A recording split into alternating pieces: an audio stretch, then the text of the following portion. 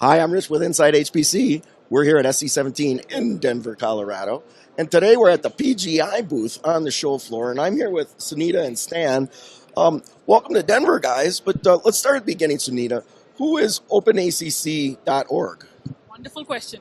So OpenACC is a directive-based high-level programming model which allows users to insert hints into their code base and lets the compiler do most of the dirty job in creating the right kind of executable for the target platform. So the idea behind the OpenACC itself is to make the user's life easy and be able to port these applications, worry about the science more and less about the programming, and still target multiple platforms at the same time. What's the purpose of the organization? How do you help? So I'm from the university, and my research focuses on programming models, on-node programming models. I have been taking little benchmark codes and trying to port this on different platforms and going back to the standard and letting them know that, look, this is how my code behaves. Is that correct? Is that how it's supposed to behave? And then that slowly dragged into looking at larger applications. So I work with Oak Ridge National Lab on a de novo proxy application of a radiation transport code called Minisweep. And I work on next generation sequencing bioinformatics application, all using OpenACC. And with OpenACC, I also build a validation verification suite, which is great because that helps validate the compiler implementations, these compilers that support OpenACC features. So we test both PGI OpenACC and Mento Graphics GCC OpenACC compilers. So that's like a lovely back and forth conversation with the org, telling us, hey, your specification is incorrect. They tell us, no, your test is incorrect. Then I tell them, no, I've tested against 2 compilers. So let's talk. Is the specification incorrect or what? So this way, the conversation goes beyond unit test, functional tests to use cases, which is the larger legacy applications. So some bit of teaching, some bit of research, and some bit of cool stuff with NVIDIA cards. Well, Stan, a question for you. She mentioned use cases. You're from NVIDIA. What are you seeing out there? Well, I'm responsible for the priorities and the resources on the Earth System Modeling community. And for that domain, we've got a number of models that we featured this week in a press release. I'm not sure if you had a chance to see that. 6 in total, but I'll give you a few highlights.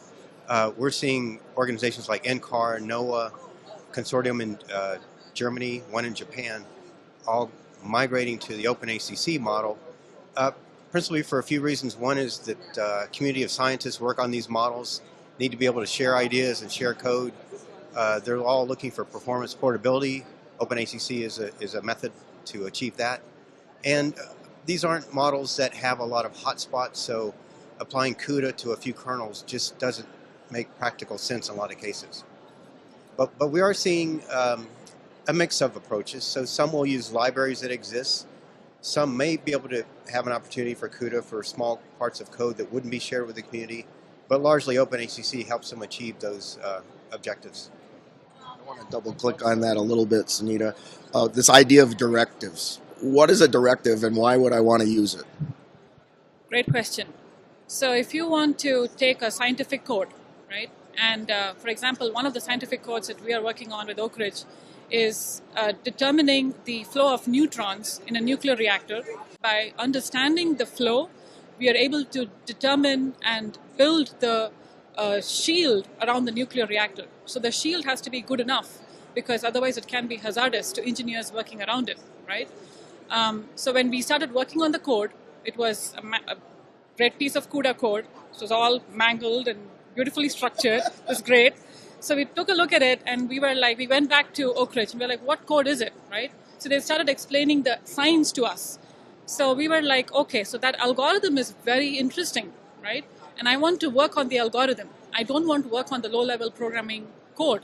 I do know CUDA, I've programmed CUDA, but that's besides, that's fine. I like the hardware architecture, but can I work on the science? Can I work on making sure the impact on accuracy of defining or designing these shields, can I make a difference? So that's when I thought these directives were useful because I wouldn't say that it was magical, right? So you insert those directives, you have to earn it. So it's not free ride. So we do a couple of iterations, and over this past 6 months, we did several of these iterations, and we got good speed up. And then we went back to Oak Ridge. We were like, so what does this mean? They were like, okay, so this is going to help scientists run many more configurations and parameters now more easily, because now the code is recognizable and it's a bunch of directives in the code and they can tweak it if they want. In turn, going and determining the shielding accuracy of the nuclear reactor. So that's what excites me, because I am talking about the science, I'm talking about the impact, and I'm not looking at the intricacies of hardware programming, which is another beautiful research topic. I completely agree. But when I'm talking about science, I would like to talk about science. Stan, that sounds like your kind of wheelhouse to me. I wanted to ask you a little bit about these climate folks. Their day job is not writing code, is it? What is their mission? Oh, I mean, you do have a series of developers that work alongside with the users of these models. But there is a core focus of groups that usually have backgrounds in computer science, working directly with domain scientists in the development of these models. And sometimes inclusion of vendors in order to get the most out of the combination of hardware and software.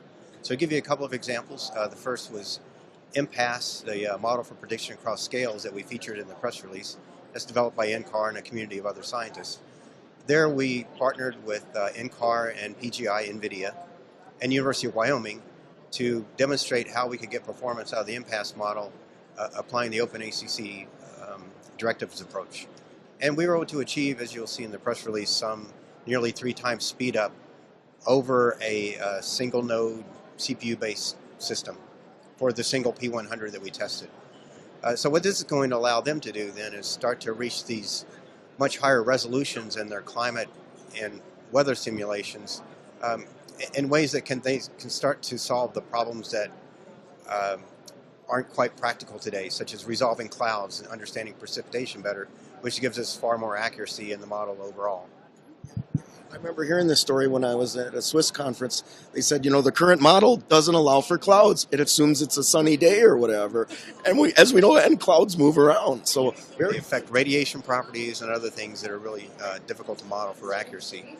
So that was one really nice example. There's a good description of that in the press release. The other was actually the Gordon Bell Award nominee, the one where the Chinese group from Tsinghua University and Wuxi Center worked on the CAM-SE model. So this is a US-based model, again from NCAR.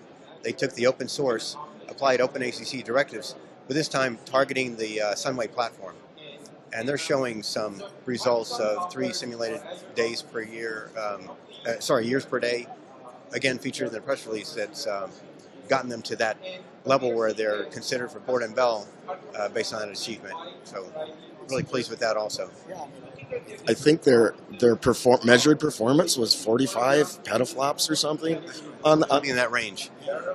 But, wow. I think what's important here is it shows the extensibility of the OpenACC approach to a number of different platforms, CPUs, GPUs, Sunway, and being able to achieve these kinds of levels of performance. Well, Sunita, kind of the wrap-up question here is, what is the call to action for our readers out there? How do they engage with openacc.org? So we have, there is a user community group that we started off last SC, I should say, and it has scarily grown to over 250, 280 members on Slack channel. So that is kind of freaking us out because it's a lot of so many users, so we have to, it's great, it's awesome. So this is a user group, and you have to go to the OpenACC org, and one of the tabs is community, and under community you click onto it. There is a box that lets you fill up the form. It's a simple form, first name, last name, and one of us get the details, and we add you to the Slack channel. So that's one way, and the Slack channel has the technical developers, it has users, and from across the globe, and people ask questions, and some of us jump in and just answer the questions right away. So it's like a Stack Overflow, I would say.